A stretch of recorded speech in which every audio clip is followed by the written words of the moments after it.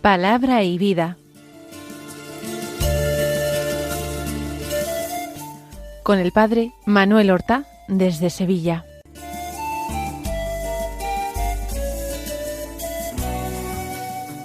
En el nombre del Padre y del Hijo y del Espíritu Santo.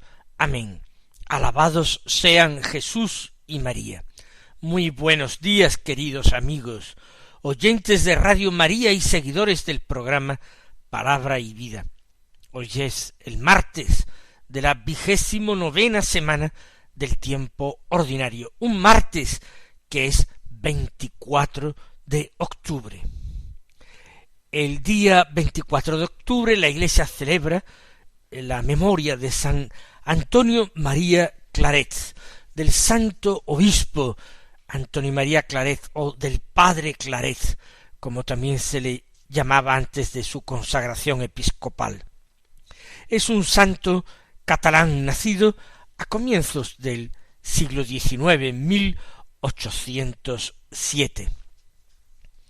Después de ordenarse sacerdote, se entregó a la predicación del Evangelio al pueblo, como misionero popular, de pueblo en pueblo, de ciudad en ciudad. Y para extender precisamente su ministerio, fundó una congregación de sacerdotes, los misioneros hijos del Inmaculado Corazón de María, llamados hoy los padres misioneros, o los padres del Inmaculado Corazón de María, o también los padres claretianos. Fue nombrado arzobispo de Santiago de Cuba, y allí ejerció durante algunos años su ministerio como un buen pastor. Tuvo que sufrir mucho por el ambiente revolucionario de la isla, incluso de sufrir un atentado que estuvo a punto de costarle la vida. La reina Isabel II lo eligió como confesor suyo y tuvo que regresar a la península y empeñarse en esta tarea que le obligaba a residir en la corte. Sufrió precisamente las consecuencias de este cargo, y desterrada la reina Isabel, él tuvo también que partir al destierro. Todo eso le proporcionó numerosos sufrimientos, y finalmente murió en Francia, en la abadía de Fontfroid, el día 24 de octubre del año 1870. Vamos a escuchar la palabra de Dios que se proclama en la liturgia de la misa del día.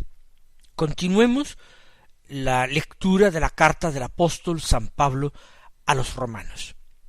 Hoy del capítulo 5 tomamos los versículos 12, 15, 17 al 19, 20 y 21. Y a pesar de estar tan fragmentado, porque ni siquiera los versículos 15 ni 20 son versículos completos, sino medios versículos. Vamos a escuchar con atención. Hermanos, lo mismo que por un hombre entró el pecado en el mundo, y por el pecado la muerte, así la muerte se propagó a todos los hombres, porque todos pecaron. Si por el delito de uno solo murieron todos, con mayor razón la gracia de Dios y el don otorgado en virtud de un hombre, Jesucristo, se han desbordado sobre todos. Si por el delito de uno solo la muerte inauguró su reinado a través de uno solo, con cuánta más razón los que reciben a raudales el don gratuito de la justificación reinarán en la vida gracias a uno solo, Jesucristo. En resumen, lo mismo que por un solo delito resultó condena para todos, así también por un acto de justicia resultó justificación y vida para todos. Pues así como por la desobediencia de un solo hombre todos fueron constituidos pecadores, así también por la obediencia de uno solo todos serán constituidos justos. Donde abundó el pecado, sobreabundó la gracia, para que lo mismo que reinó el pecado a través de la muerte, así también reinara la gracia por la justicia para la vida eterna, por Jesucristo nuestro Señor. La idea que expone San Pablo la repite hasta 5 veces prácticamente con distintas palabras. El texto al principio lo deja entrecortado, abandona la frase y la retoma desde el principio. Vemos ese estilo oral dictando la carta a un secretario. Lo mismo que por un hombre entró el pecado en el mundo. ¿Quién es ese hombre? Se refiere a Adán, se refiere al pecado de los primeros padres. Se refiere a ese misterio, porque como tal para nosotros resulta el misterio del pecado original, que niegan algunos teólogos, quizás porque no saben explicarlo. Ningún misterio es posible descifrarlo y explicarlo. Ninguno de ellos se somete a la penetración de la inteligencia humana. Tenemos que aceptar esto como un dato de fe, como un dato revelado por Dios, que nosotros venimos a este mundo marcados por la desobediencia, marcados por el pecado de Adán. No con un pecado personal nuestro, no. El pecado de Adán fue un pecado personal para él y para Eva, fueron pecados personales. Para su descendencia no fue un pecado personal, sino un pecado heredado, una situación de pecado heredada. Pecado original, no en cuanto pecado de comisión propia, de una responsabilidad directa propia nuestra. Pecado en cuanto que son las consecuencias del pecado y el castigo merecido por el pecado, lo que nosotros soportamos.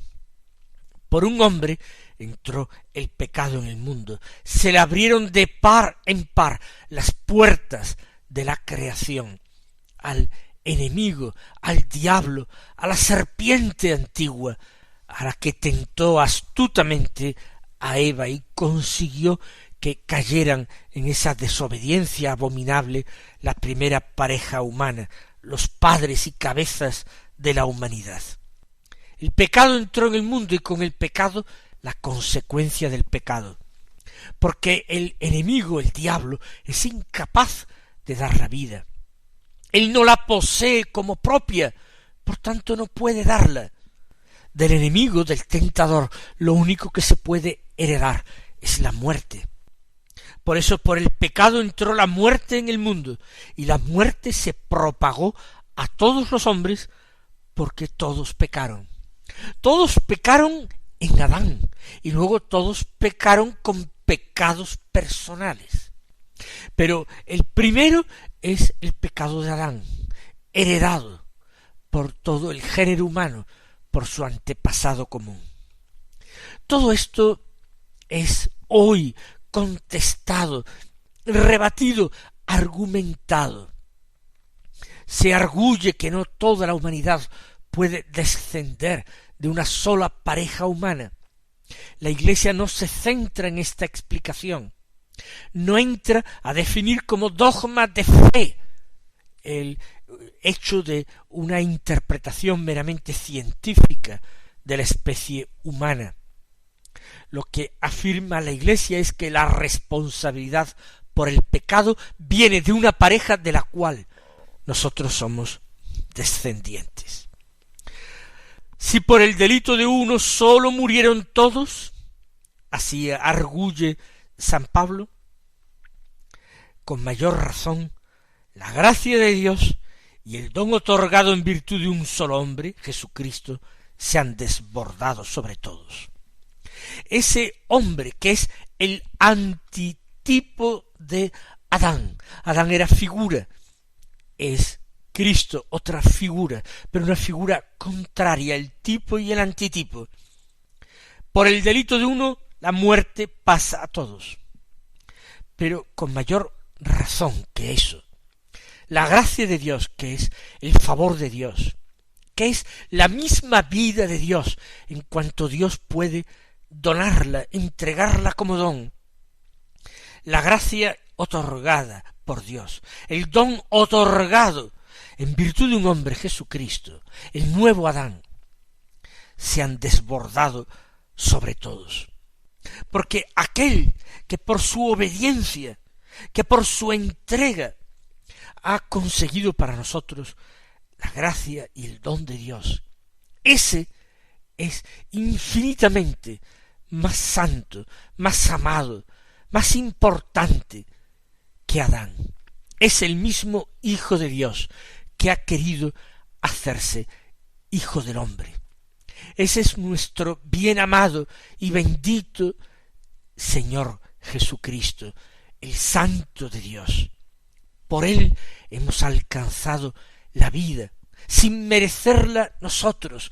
Él la mereció para nosotros con su sacrificio redentor.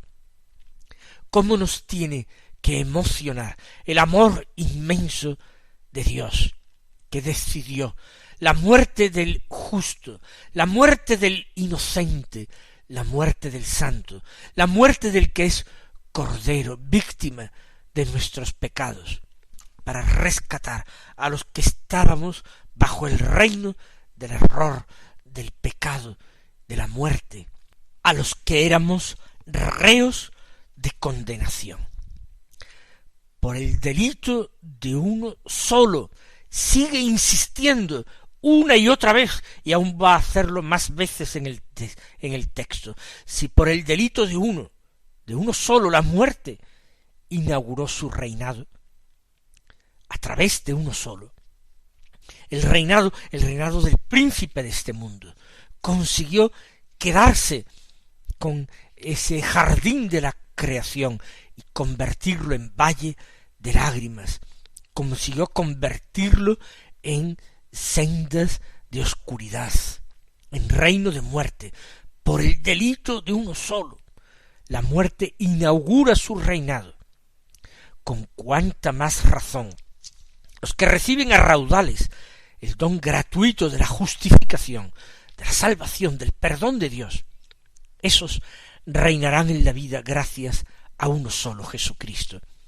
No sólo hemos sido rescatados del reino del terror, del pecado, de la muerte, no sólo hemos sido rescatados, sino que se nos promete reinar con Jesucristo, porque a Él, al Hijo del hombre, al Hijo de Dios, se le ha concedido el poder y el reino sobre todo lo que existe.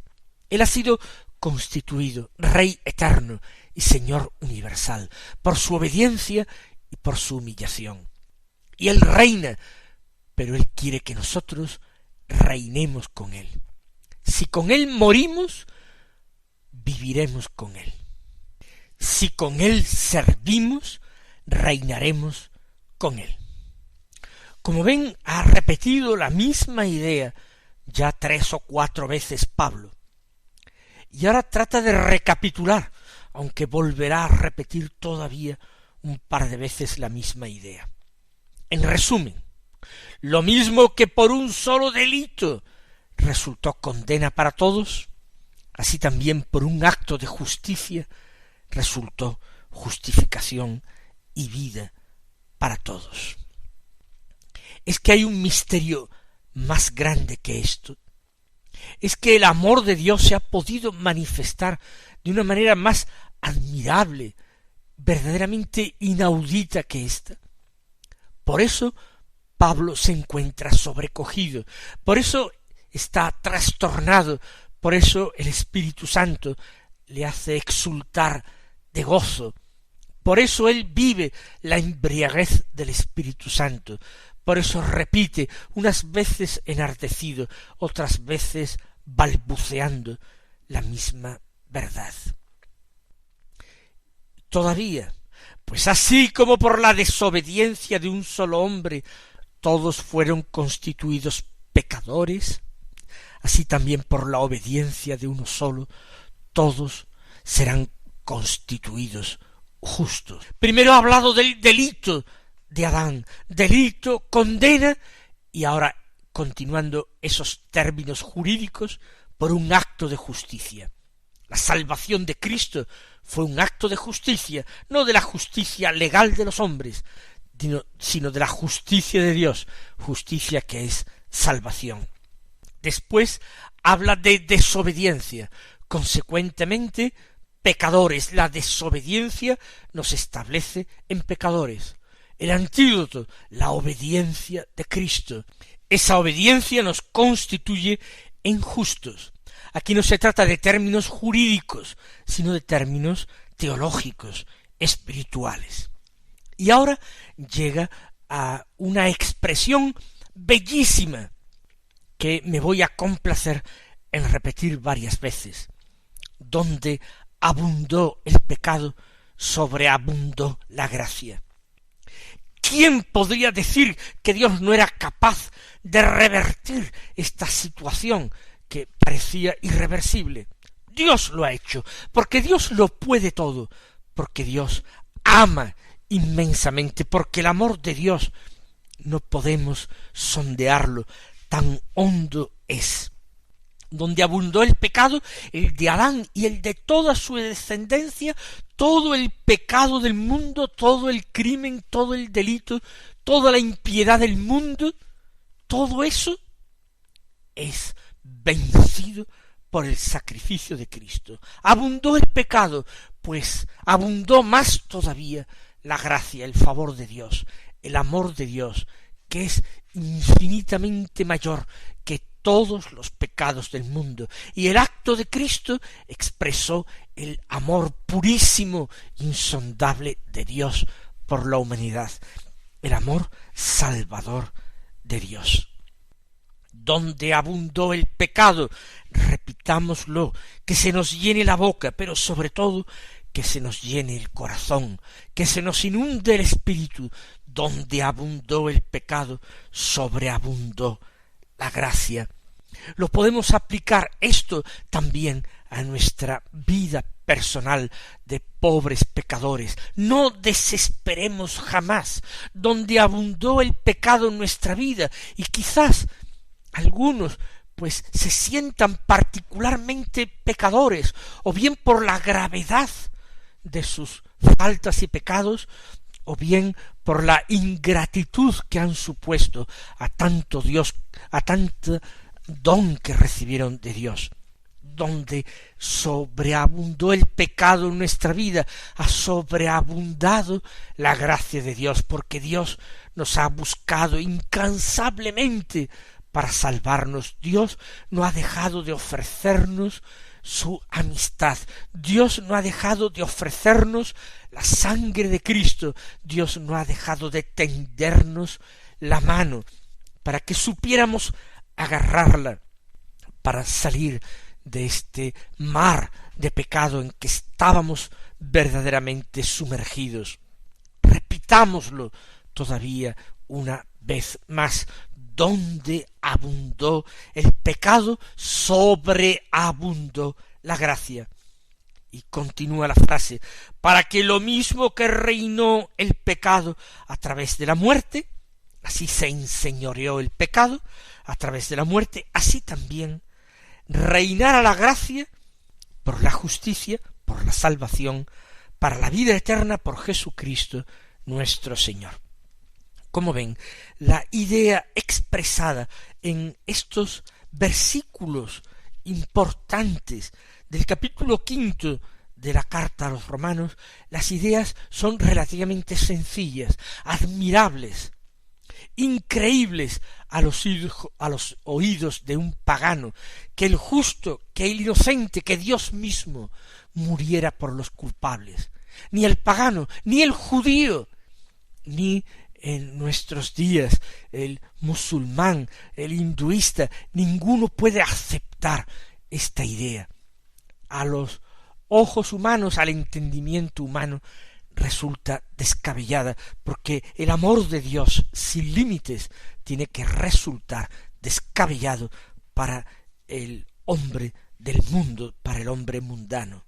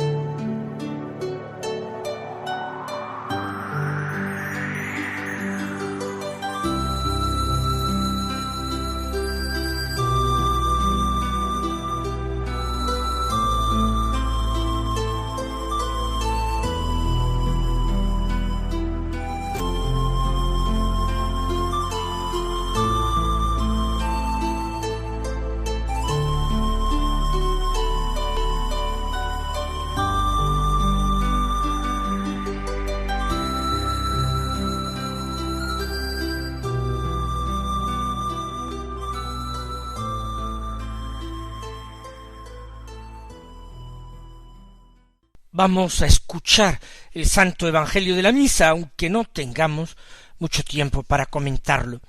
Es de San Lucas, del capítulo 12, los versículos 35 al 38, que dicen así: En aquel tiempo dijo Jesús a sus discípulos: Tened ceñida vuestra cintura y encendidas las lámparas. Vosotros estad como los hombres que aguardan a que su señor vuelva de la boda, para abrirle apenas venga y llame. Bienaventurados aquellos criados a quienes el Señor, al llegar, los encuentra en vela.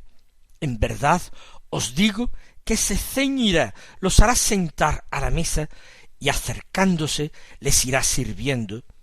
Y si llega a la segunda vigilia o a la tercera y los encuentra así, bienaventurados ellos.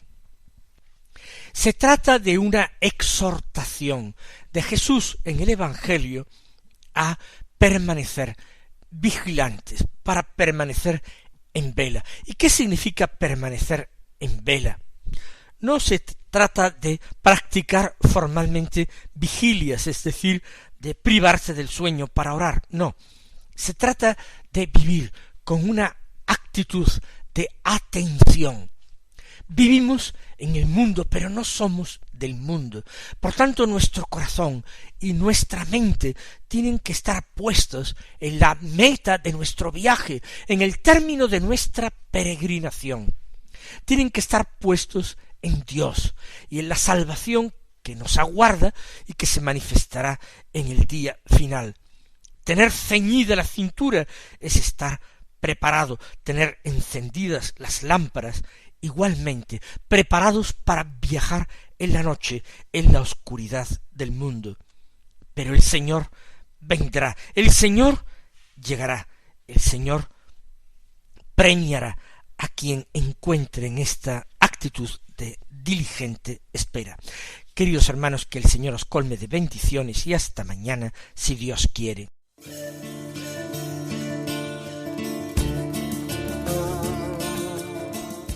Han escuchado en Radio María Palabra y Vida, un programa que dirige el Padre Manuel Horta.